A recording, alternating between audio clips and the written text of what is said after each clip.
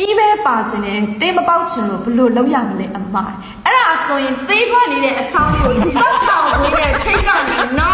လေးရှင်းပြီးစီးထားလိုက်နော်ဒါမှထွက်နေသေးတယ်ဆိုရင်စစ်နေတော့မှနင်းရဲ့သေးထွက်တဲ့အချောင်းကိုတင်ပြီးတော့လွှားတဲ့ဖြစ်ပတ်စင်းနဲ့ပြီးတာဆန်းဆိုပြီးတော့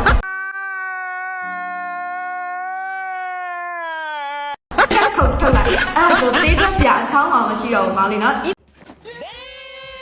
那以后对方人都对不出来找忙的人了。你们散了，把我赢了，你这是为是。亏了。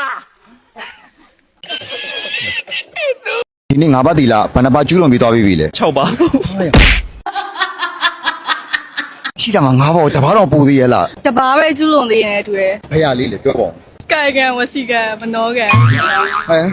မဟုတ်ဘူးရှုပ်ကုန်ပြီတပားကျူးလွန်လာရဲဆိုတာကကြတော့ လိန်ပြောတာနောက်ထပ်ကျူးလွန်မဲ့တစ်ခုကကြောအရက်သွားတောက်မှာပေါ့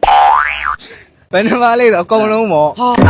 မကျူးလွန်ပါသေးဘူး ရက်တိစားလည်းမတော့သေးညမတော့ ဟော ကျေးဇူးတင်ပါတယ်လို့ ငါးပါးပြပါမင်းတော့မသိတော့ငါးပါးပြပါမင်းတော့မသိတော့ မကျူးလွန်ထင်တာပဲ ကောင်းလေးချောချောလေးတွေရောမြင်ရောမကြည့်ပြဘူးလား အဲ့တော့ ငါးပါးတီလာအစဆုံးပြောပြပါ ကာယကံဟုတ်ပါ ညီလေးဒီနေ့ကျူးလွန်လာတဲ့ဟာပဲပြောတော့ကွာစလေးတောက်တက်လား စိတ်တောက်တယ် တခြားကောက်မလေးရောကြည့်သေးလား ကြည်ရကြည် သုံးမရှိပါဘူးမေးလိမ့်ရလား လိန်တက်တယ်အမေကပတ်စံဘလောက်ပါလဲမေးတာတိတ်မပါလို့ပဲပြောခဲ့တယ် အဲ့မှနဲ့ လိန်ဝိုင်း ငါးပါးတီလာပြောပြကွာ ငါးပါးတီလာလားမရဘူးကို ဟမ် အိမ်မှာကြီးကန်းလေးကမွေးရရောနော်ကြီးကန်းလေးနှုတ်ဆက်လိုက်ပါအောင်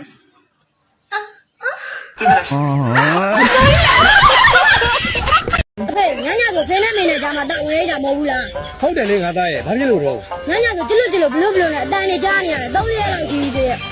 အဲ့ဒါမင်းကဝေကြီးတာအရင်ဘဝကတော့မင်းကကြွက်တွေတတ်ခဲ့လို့ကွာ အဲ့သူတို့တက်တာမို့ဖဲတတ်တာ 亏了。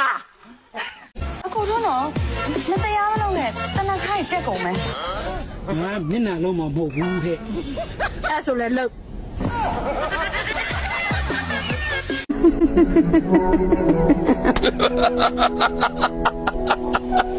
လီးပြနေရလား